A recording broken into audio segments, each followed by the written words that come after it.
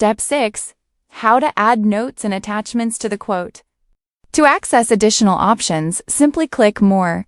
From here you can capture a new photo using the camera. Browse and upload an existing image, or use Scribble to take a picture and draw directly on it to highlight important details. You can also attach a video to provide additional information about the installation. Finally, you can use BlinQ AI to generate a realistic visualization of your selected product on the uploaded window image.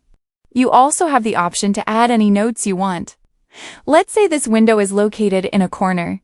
You can also add any accessories related to this particular item. If you don't need to use any of these options, you can simply leave them empty.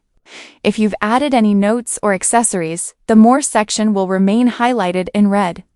This lets you know there's something stored there, even after you've collapsed the section.